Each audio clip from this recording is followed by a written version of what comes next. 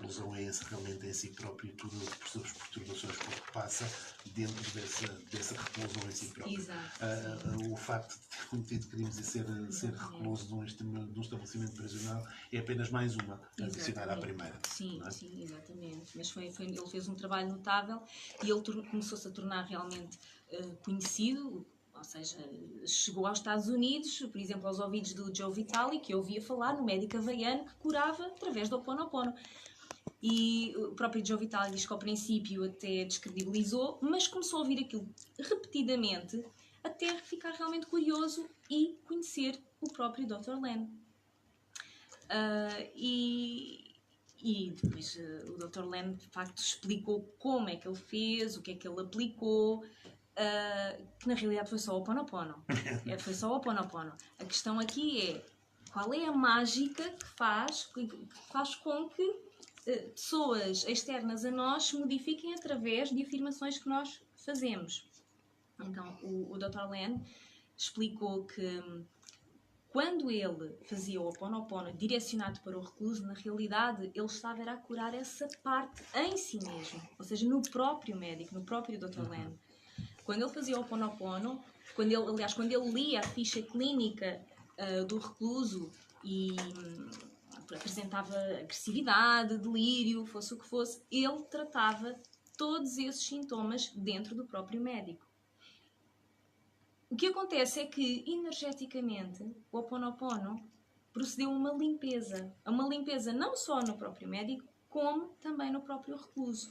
E essa limpeza permite com que a nossa verdadeira essência, encoberta por uma mente confusa, por uma mente que esteja mais perturbada ou negativa, domada por pensamentos mais negativos, de medo, de ressentimento, etc. O Ho Oponopono vai fazer essa transmutação, essa limpeza dessas emoções e fazer com que o ser mais puro que existe dentro de nós, todos seres humanos, com que ele transcenda e venha ao de cima, com que ele possa emergir, conduzir e guiar a nossa vida. Isto é maravilhoso porque realmente procede verdadeiros milagres. E há milhares e milhares de testemunhos de feitos enormes através do Ho Oponopono, quer em termos de saúde, quer em termos de bens materiais, porque há muitas pessoas que exploram isso, como por exemplo a Beth Russo, a Elaine Orives, são algumas das pessoas das treinadoras mentais que eu tenho conhecimento que trabalham, Joe Vitale também, que trabalham com o Ho Oponopono, que ajudam as pessoas a aplicar o Ho Oponopono nas suas vidas, e os testemunhos são assim uma coisa brutal. Eu própria tenho uma história também, sou mesmo testemunha disso também, eu pude testemunhar na minha vida e de facto é mágico. É mágico, é muito bonito. Só partilhas o que quiseres. Não, posso partilhar. Eu fiz um treinamento do qual tenho muito orgulho de ter feito com a Elaine Orives, que esteve cá em Portugal. Para quem não conhece, ela é uma treinadora mental que eu admiro bastante.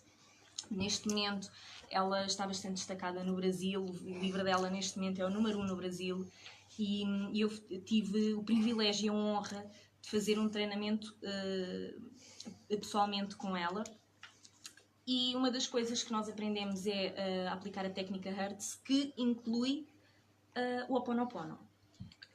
E o que acontece é que eu tinha-me desfeito de um carro que de facto já não correspondia às minhas necessidades na altura, tinha-me desfeito desse carro, até mesmo também para praticar o desapego, etc. E porque também achei que de facto já estava na altura de adquirir algo melhor.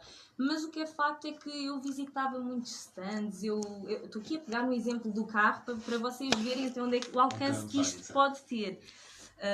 Felizmente não foi necessário aplicar nenhuma questão de saúde, mas há algo concreto e visível como um automóvel, por exemplo.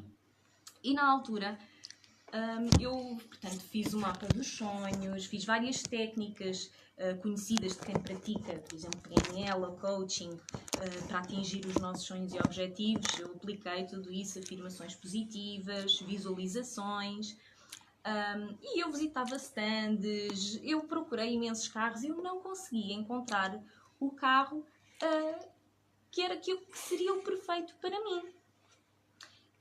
Eu fiz a técnica, aliás, deixem-me dizer que ainda andei aí se calhar uns 4 ou 5 meses.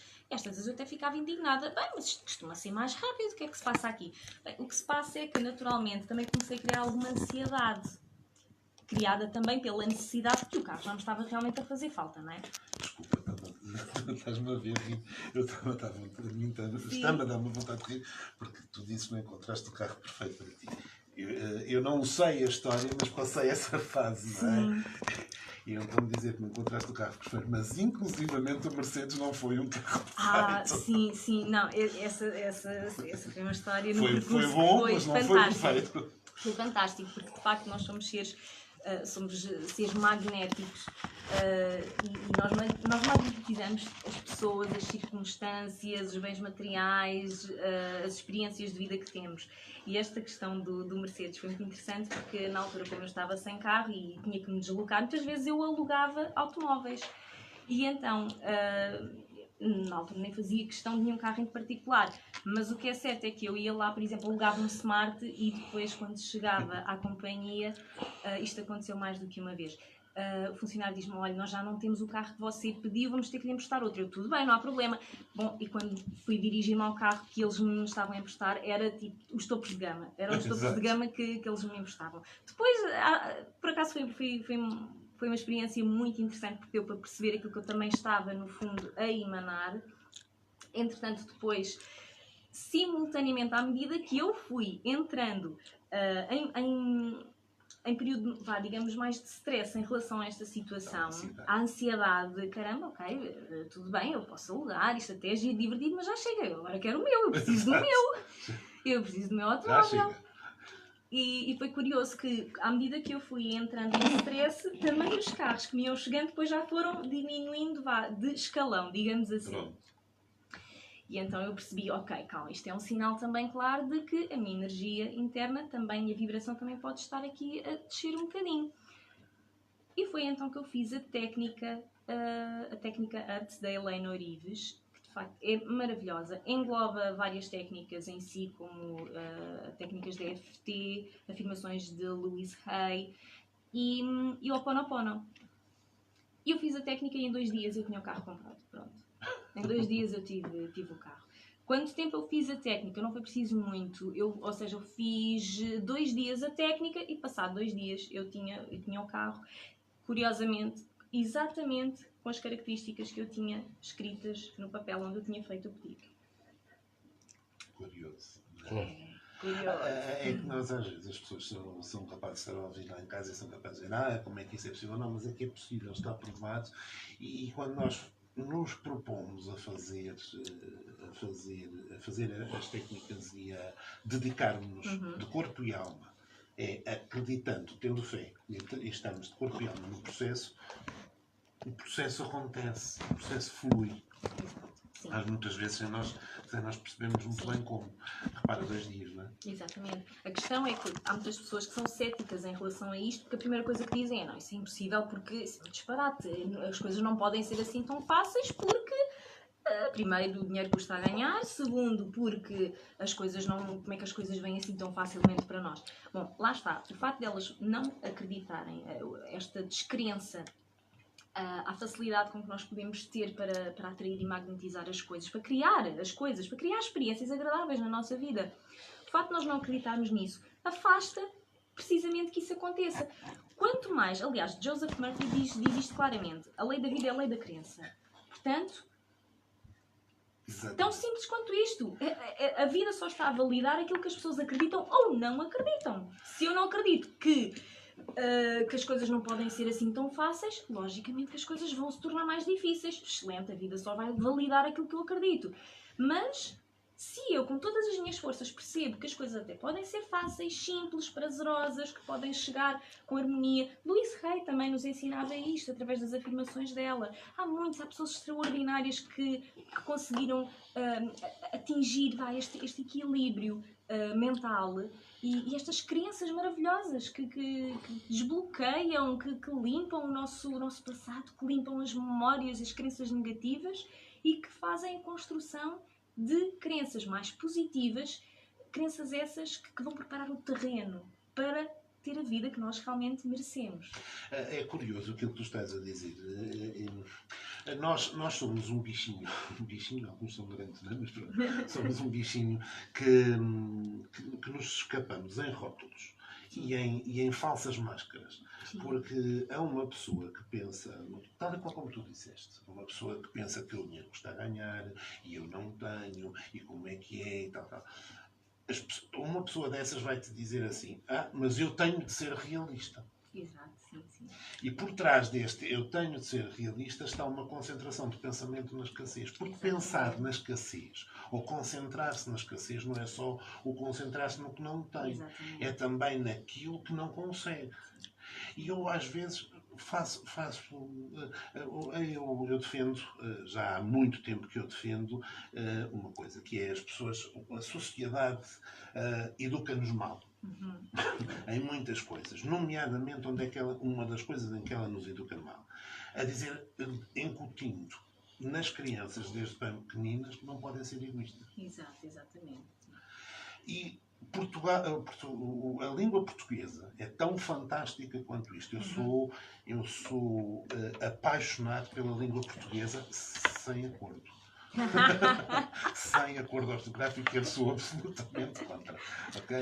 Mas sou verdadeiramente apaixonado pela nossa língua. E a nossa língua é tão rica que tem dois termos. Uhum. O egoísta e o egocêntrico. Sim. O que é mau é ser egocêntrico, é aquilo que eu costumo dizer, que é aquele que põe cola ao nariz ou o umbigo e ainda põe umas palazinhas que é para não ver mais nada. Uhum. Agora, ser egoísta é o quê?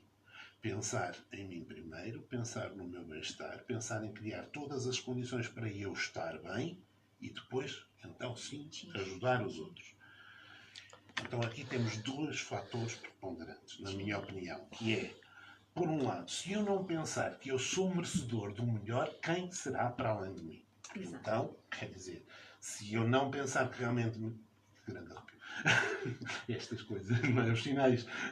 Se eu não pensar que realmente eu sou um ser divino e que, por tudo aquilo que eu faço, porque também sei analisar o meu comportamento, mereço de facto sim que as coisas fluam, corram pelo melhor e sou merecedor do melhor, e que só tendo o melhor então eu posso ajudar os outros a também chegarem lá e a também terem o melhor, não vou acreditar nunca que alguém para além de mim, porque ainda gosto de mim, que alguém para além de mim, se eu não posso, os outros também não podem. Não é? Isso é um facto importante. E o outro fator é, de facto, se eu não estiver bem, como é que posso ajudar os outros? Se eu não for egoísta e pensar em reunir as minhas condições, como é que depois posso ajudar os outros ou posso levar alguém a sentir-se um pouco melhor? Precisamente, porque uma coisa é nós nos colocarmos em primeiro lugar, nós nos priorizarmos. Outra coisa é nos colocarmos ou superiores a tudo o resto, ou a alguém, ou a mais do que alguém. Não, é apenas uma escolha. É uma questão de posição na fila e não de lugar no degrau. Sim, exato. E não há nada de errado com isto, mas de facto acho que desde pequeninos que nos passam muito essa ideia de que é uma coisa feia, de que é má, que temos que ceder para o outro, deixar o outro passar primeiro. Não tem mal nenhum nisto, porém também tem as suas consequências. Exatamente, porque também nos incute alguns dogmas que depois nos vão destruindo a normal fluidez da nossa vida, não é? Inclusivamente aqui dizer, e tu és mãe de uma menina linda, não é? Inclusivamente dos pais em relação aos filhos. Exatamente. Porque se tu estiveres doente, se tu não zelares pelo teu bem-estar, pelas condições todas que te envolvem a tua vida e a vida do teu marido, ela é pequenina, sim, ela não é autónoma. Portanto, ela tem de ter os pais bem para garantirem que a vida dela também corre com fluidez. Exato. Então, os pais têm de pensar neles primeiro e depois nela. Exatamente. Muitas vezes, muitos pais deixam-se secar completamente, doando na totalidade tudo para os seus filhos. Mais uma vez, não é que esteja nem certo nem errado, tem as suas consequências a curto e a longo prazo. Sim, às vezes. Há pessoas que dizem, por mim, eu pelos meus filhos dou a vida. E eu às vezes penso assim, e depois quem cuida dela? Exato, por exemplo, sim. E de facto há uma ordem divina para as coisas, mas esta questão de nós pensarmos primeiro em nós é uma questão de amor próprio. É uma questão de amor próprio que nós, ao trabalharmos, ao desenvolvermos em nós, estamos a dar esse exemplo aos nossos filhos e estamos a passar um valor maior, que é o valor do amor próprio. Que não tem nada a ver com o querer bem aos outros. Isso fica muito impune.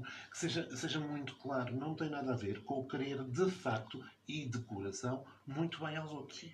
Não é? Sim. Aliás, eu de certa forma, acho que até quando nós estamos a cuidar de nós, eu quando cuido de mim, a percepção que eu tenho é que, ao fim e ao cabo, até estou a fazer um bem maior também ao próprio planeta. Eu costumo dizer que, pronto, sou menos uma para que Deus tenha que estar a preocupar. Menos uma dor de cabeça para Ele. Costumo brincar com esta expressão. Mas é um facto que eu acredito que a energia do planeta, se cada um de nós fizer o nosso papel cuidando de nós, estando atentos aos nossos pensamentos, às nossas palavras, às nossas atitudes, acredito que nós estamos a contribuir para que a vibração do planeta fique cada vez mais elevada. Entretanto, aqui também é muito importante nós definirmos, nós realçarmos que e eu alertava, até para quem lá está em casa, alertava para uma coisa. Era importante que as pessoas, particularmente quem consegue ter acesso a redes sociais, que em vez daquelas publicações do como é que está a minha vida e do que é que eu comi hoje, vissem algumas publicações que neste momento estão a começar a surgir com razoável frequência.